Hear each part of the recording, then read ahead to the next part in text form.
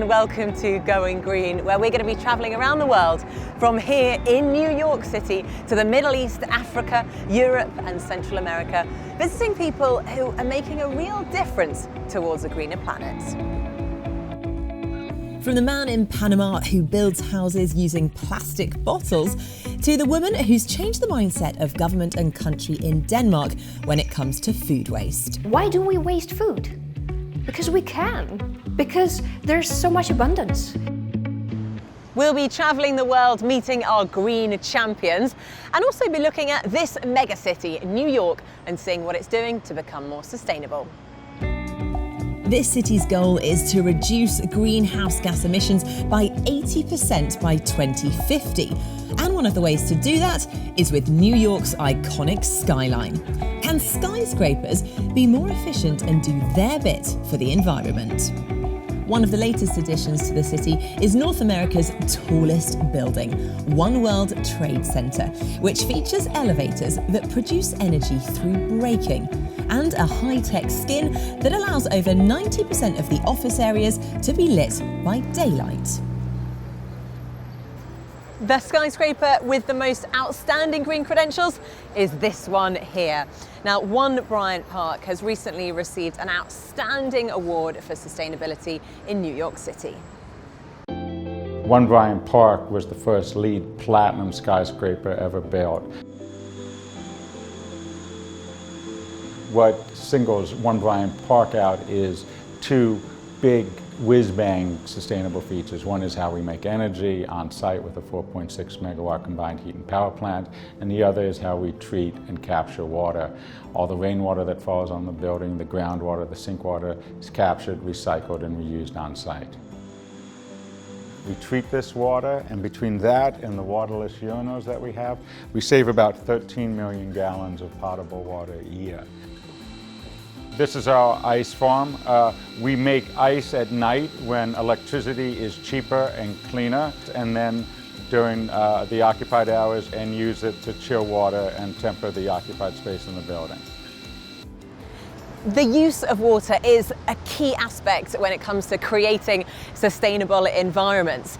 So we're going to travel to a place where water is scarce, to Jordan, to meet a female plumber who's fixing things for the better in Amman.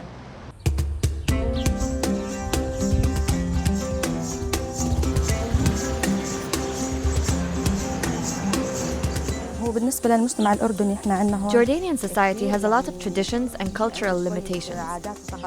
People don't like women to develop and step up into things like this. And so they were asking, what is this profession? What do you do? My name is Nama Khawaja, and I trained to become a plumber because water is the most precious thing in the world.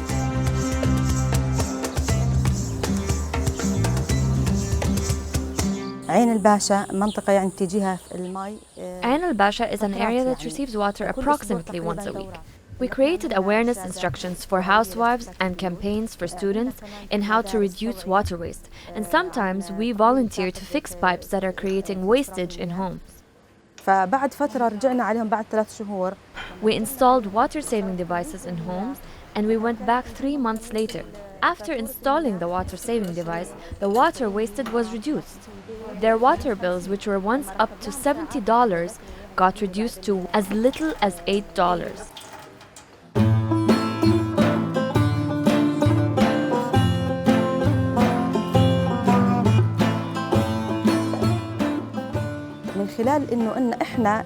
From the beginning, we had to prove our creativity and our hard work. People started accepting the idea little by little.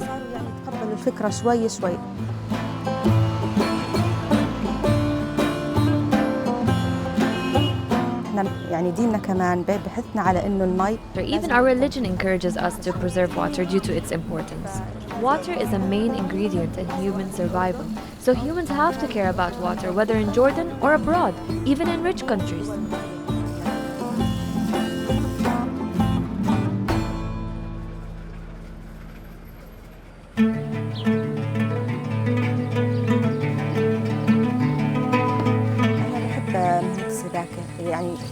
I love plumbing. I really loved it, and had I not loved it, I wouldn't have excelled in it and continued with it.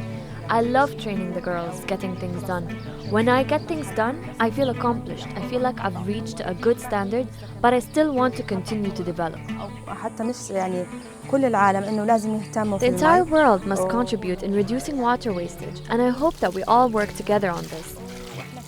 We female plumbers support this cause, and I hope that awareness is increased and we accomplish more, God willing. وإنجاز أكبر إن شاء الله.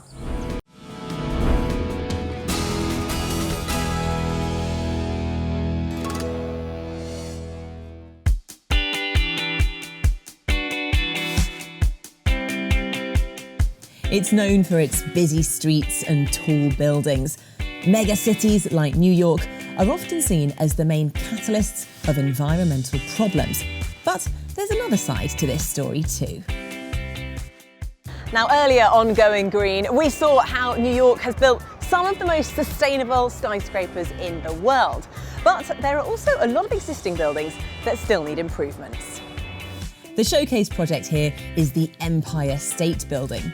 Once the tallest building in the world, the skyscraper had issues with water getting in and consumed a massive amount of energy. So I'll be finding out how this iconic building got its green makeover. But before we do, let's head to Denmark to meet a woman who's been making changes in her own right by fighting against the reduction of food wastage in the country.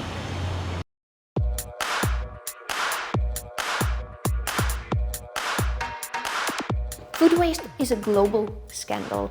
About 1/3 of the world's produced food is either lost or wasted. It is enough to feed 3 billion people. And today we already have 1 billion people on this planet who are starving. My name is Selena Yule, and I fight to stop wasting food. Why do we waste food? Because we can. Because there's so much abundance. I was born in Moscow, Russia, and I remember when communism collapsed, we had food shortages. We had to take care of our food. We didn't know it's going to be food in the supermarket tomorrow. And coming here to Denmark and seeing this huge abundance, I saw those supermarkets filled with food. I was shocked. And then I saw so much food waste everywhere, in bakeries and supermarkets, schools.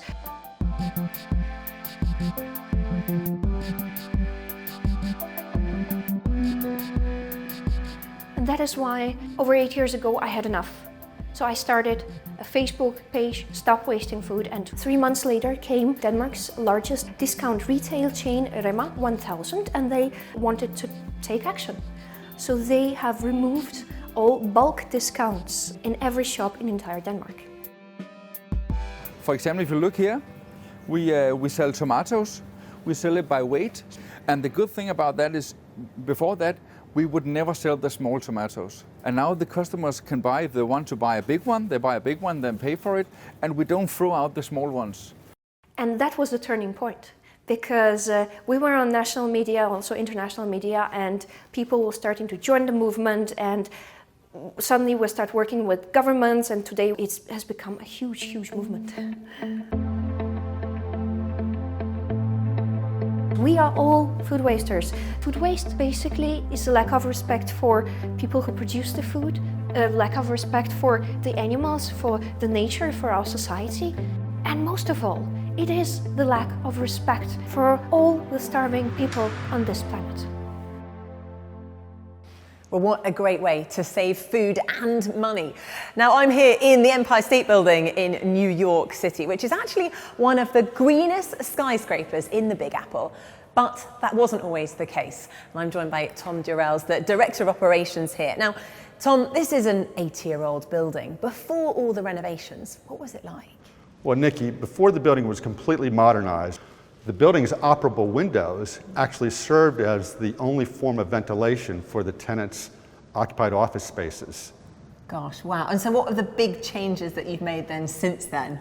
We actually remanufactured the building's 6,514 windows on site. We set up a shop on one of the building's lower level, rebuilt every landmarked window, and then reinstalled those windows, thereby reducing energy consumption and improving tenant comfort Fantastic. Well, it's amazing to see. What an achievement. Now, we will be looking at more of the retrofitted things that have happened in the Empire State Building. But first, we're going to head to the south coast of England to meet a man who is trying to save the butterfly by reintroducing it into cities.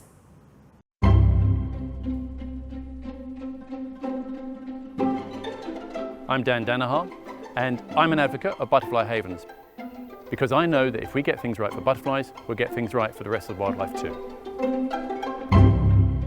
I would say I fell in love with butterflies at the age of 13, and since then it's been the love of my life. Butterflies have a multitude of different roles. Some might just be pollinators as adults, some might be food for various predators, and it's all of those roles all together that make these ecosystem services that you and I depend on.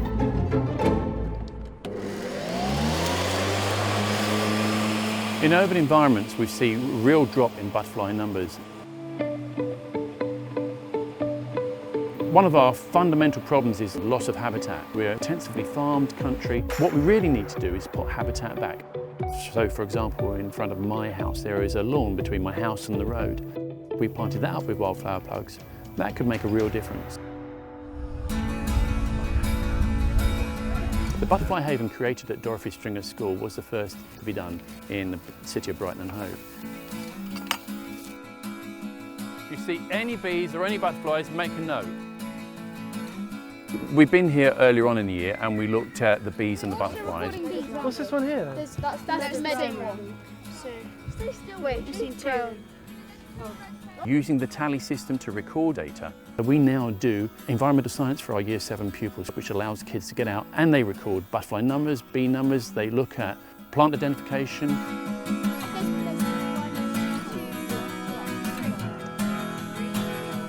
Biodiversity is really at a bad time globally. We need to get a generation of individuals aware of what's going on so that when they get older, they make a difference.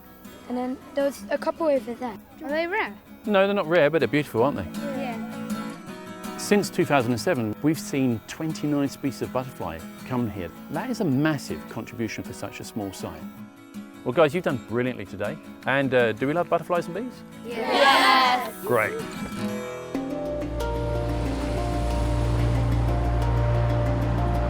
There is tons and tons of room for wildlife in our urban environments. Throughout my life, I've walked around cities and looked in parks and seen real opportunities for habitat restoration that isn't there at the moment.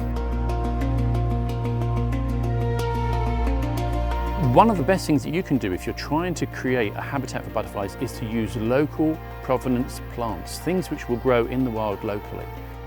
So really it's all about making that habitat so that we can get the animals back.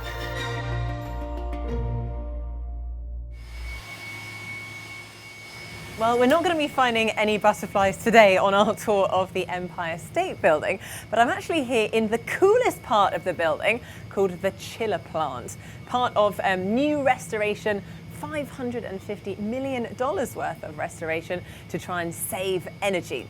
Tom, tell us a little bit more, mate. Why is this chiller plant so special? What's really special about the cooling system? Well, Nikki, the chiller plant specifically was retrofitted rather than replaced, freed up nearly 1,600 tons of cooling capacity that allowed us to cool parts of the building that had previously been unair conditioned and reducing energy consumption. Thanks very much, Tom. Now we're going to start our trip towards the top of this building and also hear two stories from people who are adapting their lives to help save the environment. We'll see you after the break.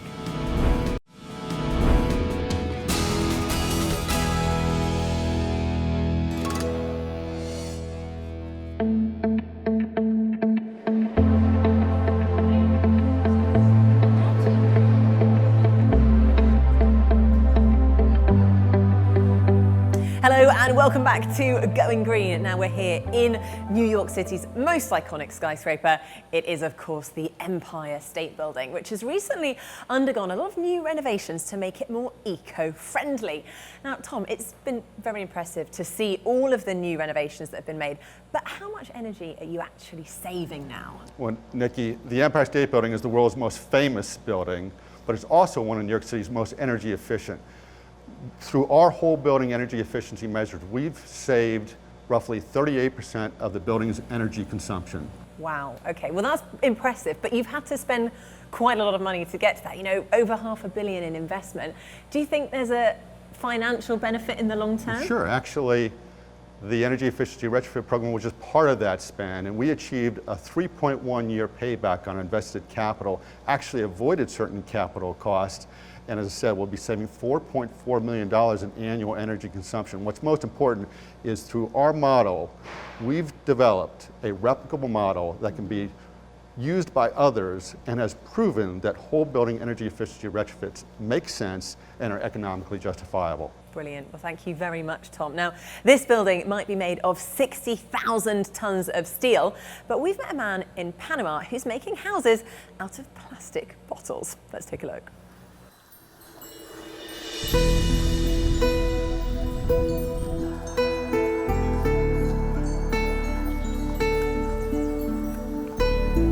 My name is Robert Bezo, and I live on this beautiful island of Bocas del Toro, Panama. I'm here working to try to find solution to the invasion of the plastic bottle. Planet Earth went through Stone Age, Ice Age, and now going through Plastic Age.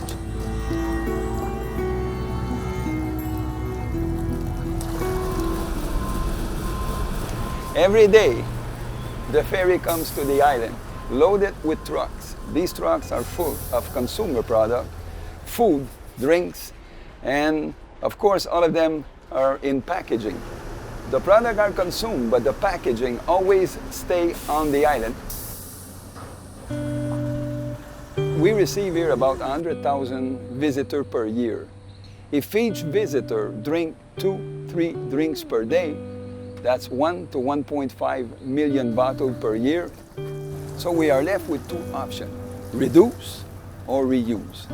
The decision was to reuse and to show people how to reuse the plastic bottle to build homes.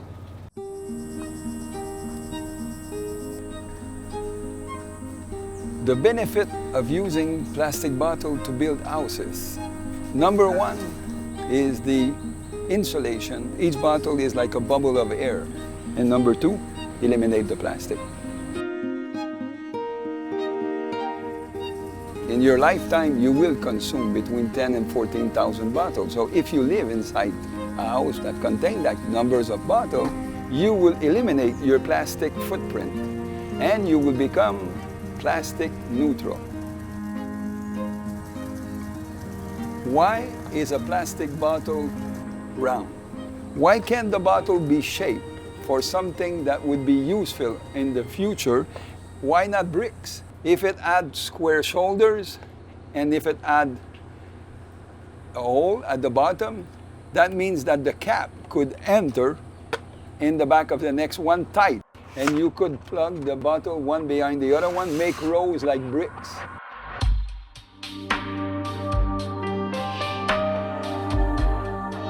There is 7 types of plastic that exists. This is a number 1. Very easy to identify because PET plastic is transparent. Look at the number 2. Look, crystallized, broken in little pieces in the sea. This will fool the fish. They think it's algae and they will eat that type of plastic. So if fish eat plastic, humans eat plastic also. My dream would be to have enough plastic bottle village on Earth to pick up all the bottles that are near the sea and on the beaches and everywhere.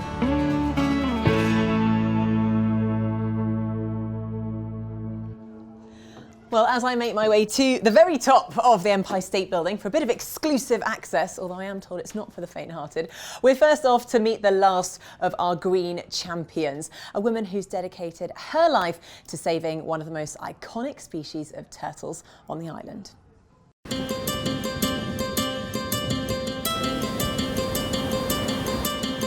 My name is Vanessa Gidon. I'm monitoring nesting hawksbill turtles in the south of Mahe, Seychelles. And I'm doing this because, one, I love these animals, they're simply beautiful, but more importantly, these animals are critically endangered in the world and they deserve to be protected.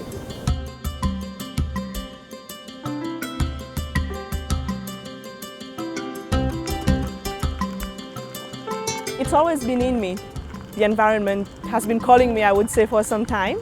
I can remember my first sighting or encountering a turtle for the first time. I was blown away. You know, I quickly realized that yes, this is the job for me. This is what I want to do.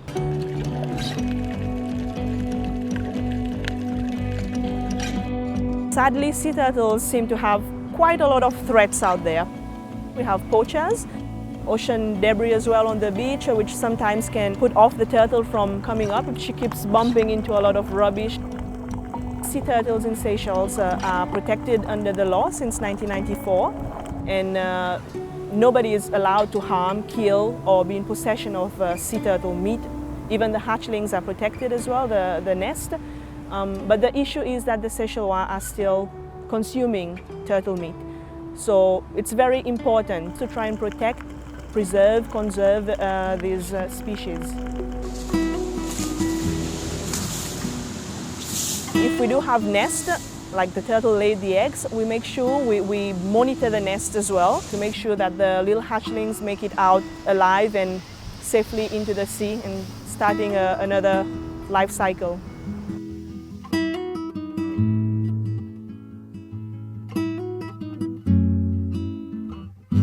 Every living organism, I think, has its role in the environment. And the marine environment, the hawksbill turtles, we need them. They consume the sponges amongst corals, and the other organisms, the other fish, they depend on the corals to have their habitat and so on. We don't want to have all the animals, all the wildlife going to extinction. One person can make a difference. It's not just about us, the adults. People have kids, I have kids, and I would want them to grow up maybe doing the same job that I'm doing. Absolutely inspiring to see how much of an impact the devotion of just a single person can make on the environment. And it shows that we can reach high if we want to.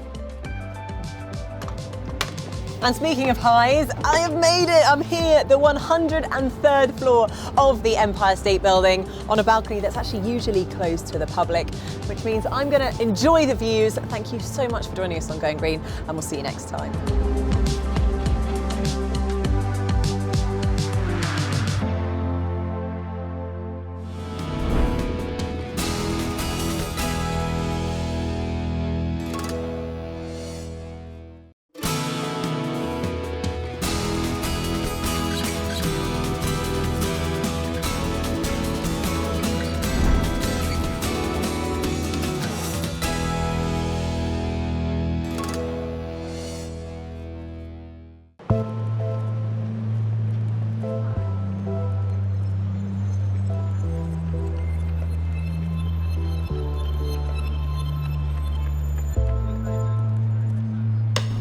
Hello and welcome to Going Green with me, Nikki Shields. Now I'm here in a rather busy London in England where nearly 9 million people are going about their business, and we're going to be looking at how their lifestyle choices can really have an impact on the smooth running of the city. We'll also be meeting people from around the world and finding out how they're making changes in their life for the good of the planet. From the couple who drove the first ever electric vehicle on the Mongol Rally, a staggering 10,000 miles across Asia, to the Rhino Ranger in South Africa who puts his life on the line to hold poachers to account. But first, I'm standing above one of society's biggest modern menaces. Now, you might not be able to see it right now, but just underneath my feet is one of London's monster Fatbergs. Now, it's a conglomeration of cooking oil, baby wipes, nappies, sanitary products that have all congealed into one massive unit, which is causing a huge drainage blockage in London. Doesn't it sound delightful? The brilliant sewers that were built in the Victorian days, they are fit for purpose, but what they're not designed for is the fats, oils and greases people used to cook with, and the sanitary items, you know, from your cotton wool through to your nappies, and the real bad ones are the wet wipes, because they all mix together to make this concrete-like blockage, this plug in the sewer that we call a Fatberg. In London's Whitechapel, a Fatberg the size of 11 double-decker buses has recently finally been blasted out of the sewers using a combination of powerful hoses and shovels. And it's a great term, isn't it, Fatberg, because it really conjures up in the imagination. Beneath the sewers, where you can't see, just like an iceberg, is this problem looming that causes that sewer flooding and pollution to the environment. Beyond the cost, it's the human impact. So raw sewage flowing through someone's home, closing down businesses, killing wildlife in the environment. You know, those are some of the worst things that we can do, but it's not a problem just in London, it's a problem all over. The recent Whitechapel Fatberg story that's gone global has actually triggered different countries to start talking about the problems they have in their sewers. What we're doing is trying to educate our customers. So those domestic customers, we've got a really big campaign, our Bin It, Don't Block It campaign, telling people what they can and can't put down the toilet. And it's really simple. It's the 3 Ps, which is poo, pee and toilet paper. Well, thanks very much, Alex. On that rather disgusting note, I think it's a perfect incentive to remind us to bin it and not block it. And later in the show, we will be following the journey of the Fatberg to the north of England, where it is totally deconstructed. But first, we're off to meet a Scottish couple on a journey of their own. They went on the gruelling Mongol Rally, but in an electric vehicle. Now, the organisers say that there is no set route, there is no backup, and there is no support. So it's going to be very interesting to see how an electric car would fare. I am very passionate about electric vehicles. I wanted to go out there and prove that electric vehicles can do just what combustion engine vehicles can. My name is Chris Ramsey, and my wife and I have just driven 2/3 of the planet in an electric car. So the Mongol Rally is a drive from London all the way to southern Siberia. I decided it would be a great idea to drive in my fully electric Nissan Leaf. And this is the first time ever an electric car has ever actually taken part in this rally and completed it, I'm happy to say.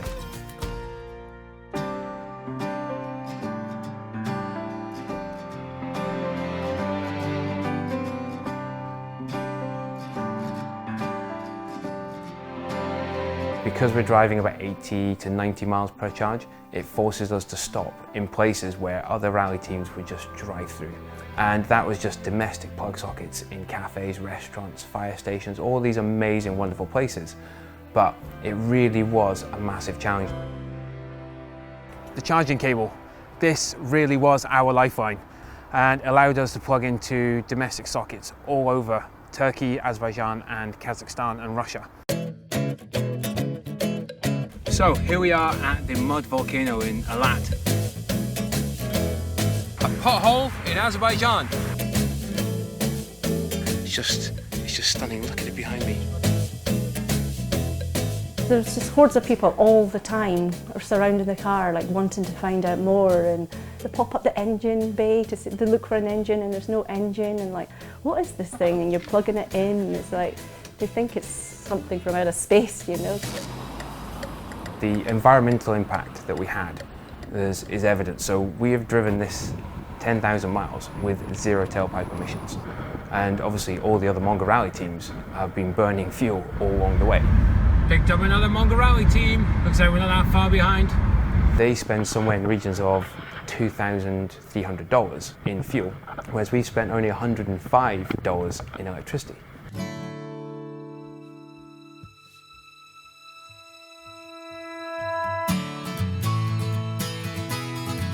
I wanted to inspire and make the public out there want to look at what we've done and think, this person can drive from London to Siberia in an electric vehicle, then I can drive to my local shops. I can drive to the city down the road.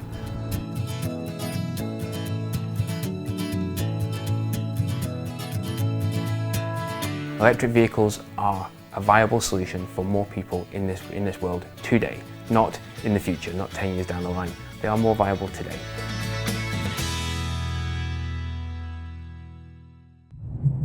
Chris and Julie Ramsey there and their extraordinary journey.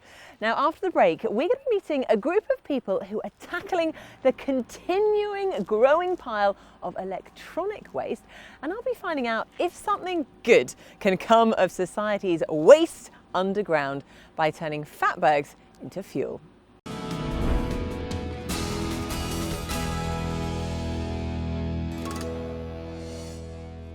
Hello and welcome back to Going Green. Now we've made our way up from London to the northwest of England to Ellesmere Port. We're visiting Argent Energy, which is a biofuel refinery. Here we go.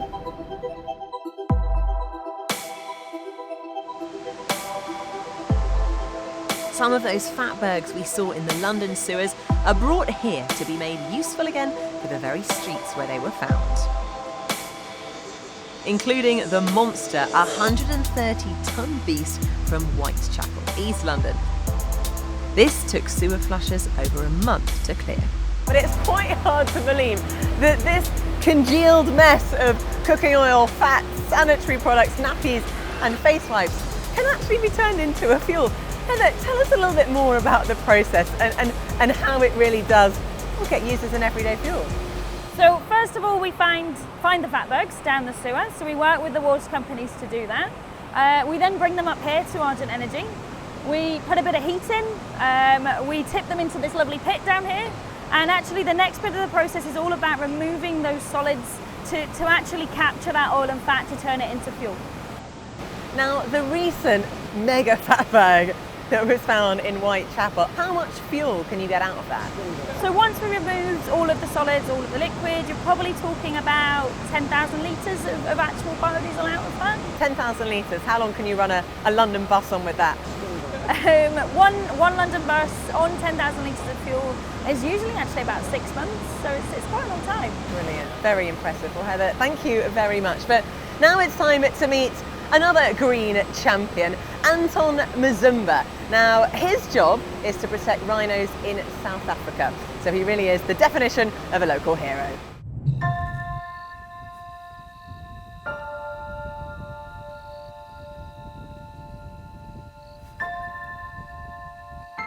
My name is Anton Mazumba. I work for Timbawati Private Nature Reserve as a field ranger. I'm doing this with passion because I want my children's children to see the rhino. I want my children's children to see the wildlife as it is today. No one forced me to become a field ranger. I risk my life day and night working to protect the wildlife. So we have seen a significant loss of rhino numbers due to poaching.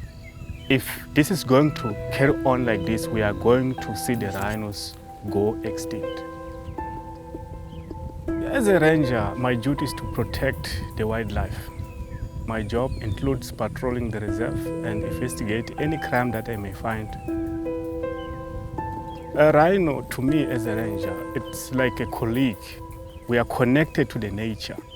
If the rhino one day goes extinct, it means that that chain that exists within the living organisms has broken. Our job is very dangerous. Now you are looking for an armed poacher and it puts us in a life-threatening situation and we have to deal with that. And our job is to protect our reserve and we have to. It's an obligation for us. What I fear most, it's man. If one day a rhino goes to extinction, it's going to follow the elephant, the lion, the hyenas. So by protecting our environment, we are also protecting the lives of our children's children.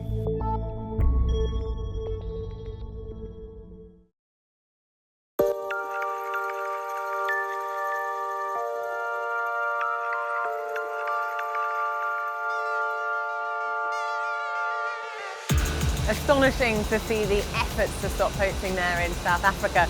But now you join me back here at Argent Energy. We're in the northwest of England, where fatbergs from the London sewers are converted into biofuel. And you're joining us at the very last stage of the process. Heather, what's happening in this room? So this is where we've taken the fatberg, we've cleaned it up, we've removed all of those solids, and actually this is the giant chemistry set that turns it into a renewable fuel. I mean, it's quite incredible because we've just got to look at what it started out as, but we've now converted it into some clean biofuel. Can we actually pour some out? Okay. There you go. Wow. Do you want to smell? I mean, yeah, I mean, I wouldn't say it smells great, but it smells a heck of a lot cleaner than that does. I mean, how clean really is it when it goes into cars now? So this biodiesel has been twice distilled, so it really is the highest quality that we can get it. You could put that in your car, you can blend it with normal diesel, and actually it's good to go. Brilliant. Wow. Incredible to see this process. Thank you ever so much. I'm never going to walk across a drain pipe in the same way again. I will think of this, and hopefully a lesson learned. We make sure we put our rubbish in the right place.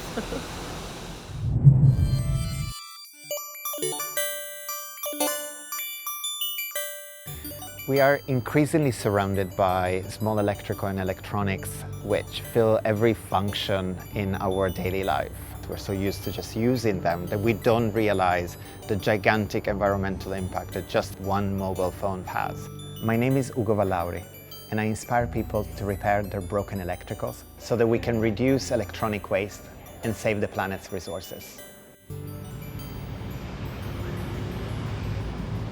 Restart is really about fixing our relationship with electronics so that we are transformed by way of repairing. We had witnessed with our own eyes in other parts of the world that people can fix things and products are given an extra lease of life just by applying a bit more patience and skills and not just giving up when the first problem arises.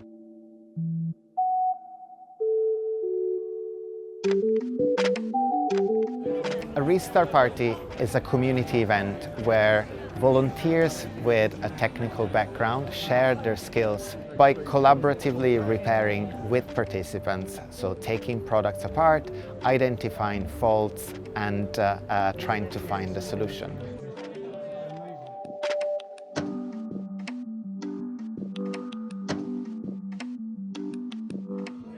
E-waste, or electrical waste, is made of all the products that have either a battery or a plug that people tend to accumulate, and when they stop working or they no longer need them, often just keep them somewhere because frankly it's really hard to know what to do with them. People think that components might be reused, but actually that is very rarely the case.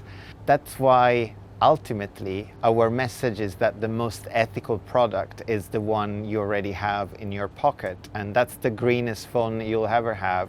The resources of the earth are finite, and every time we can avoid an unnecessary manufacture of a product, we are contributing to making the earth a better place.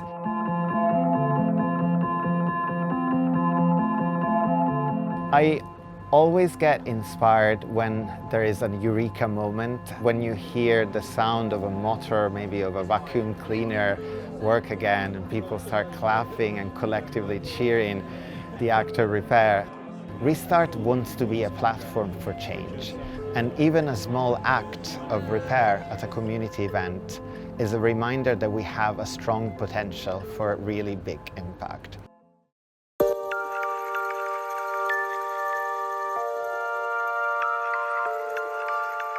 So currently our tanker is being filled up with the Fatberg fuel, and it'll be making its way down to London, where we'll catch up with it in part 3. We'll also get to meet a rather sprightly street cleaner from Indonesia, and I'll be hopping on a bus to finish off this journey.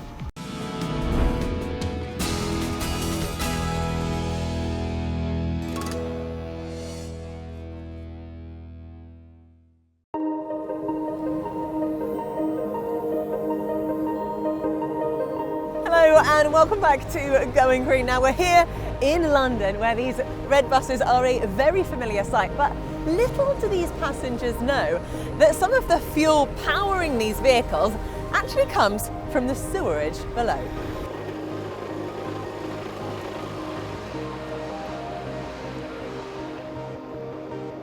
Now, the fuel that we saw being refined earlier is part of the blend of diesel going into this bus. And the greenhouse gas saving is equivalent every year to taking 12,000 cars off the road. But now let's jump across from one megacity to another and meet another one of our green champions. Mary Mattingly. She's a New York artist, and her latest installation is all about reclaiming food as a public resource.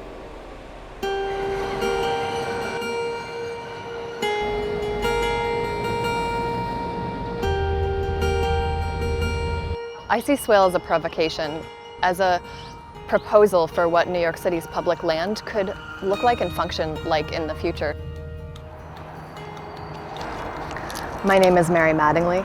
I believe that food should be a public right and that our public spaces can be used to grow fresh, healthy food.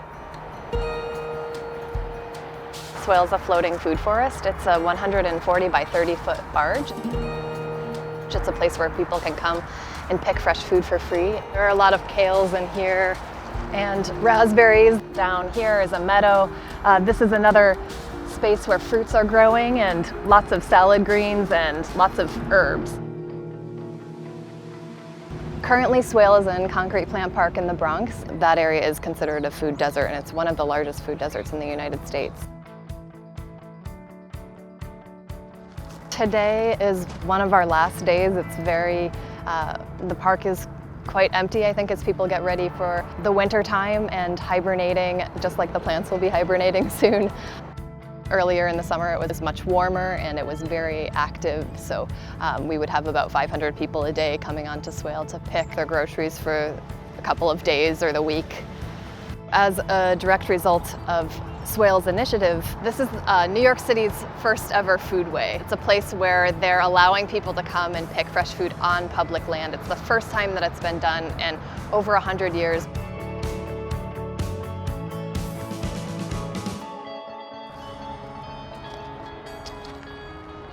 The concept of a food forest is important in many ways. You can imagine planting a system where everything is helping each other. Over time, it needs less human care. So our proposal is, if this could be in parks, over time it would take less maintenance to actually be growing.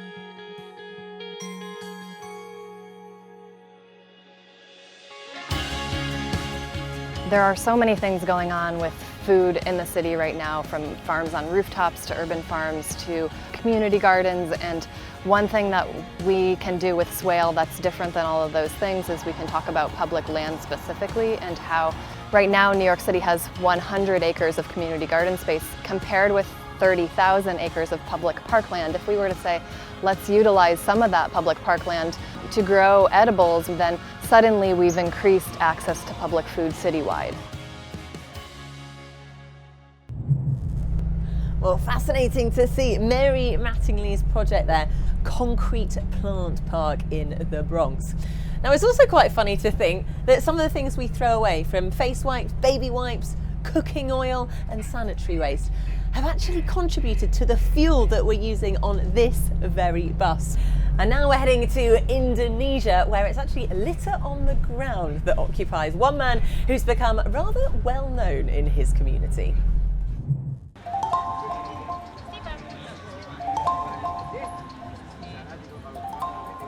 My name is Mr. Saraban. I pick up rubbish in Bandung, Indonesia. I do this because I care about the environment and I want to keep my city clean. I always teach the residents of Bandung, remind them not to carelessly throw trash on the ground. Listen, listen. Remember Mr. Saraban's voice. Don't throw away trash carelessly. I've been a volunteer in the city of Bandung since 1983, and it's now 2017, right? So for 34 years now, I've been a pure volunteer and not been paid. To the smokers, to those who love to smoke, this is not allowed. Whoever comes to the gazebo, don't leave litter.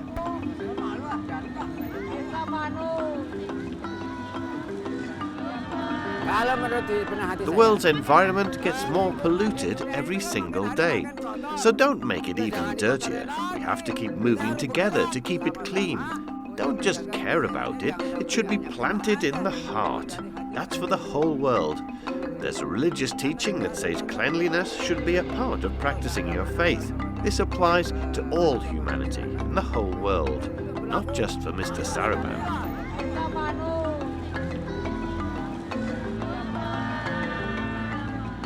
Mr. Saraban was once called a crazy person. Crazy, crazy. But I am truly crazy. I'm crazy about cleanliness and crazy about work.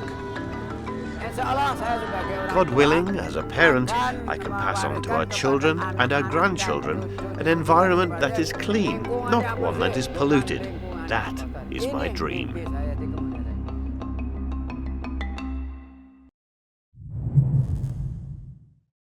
Well, the cleanliness of Bandung in Indonesia has a lot to thank Mr. Saraban for. But that's it for Going Green, and we're right back here in central London where we started. Now, we followed the sewerage from literally under my feet right up to the north of England for refining, and it brought us back here full circle. That's it for the show. Thank you again, and we'll see you next time.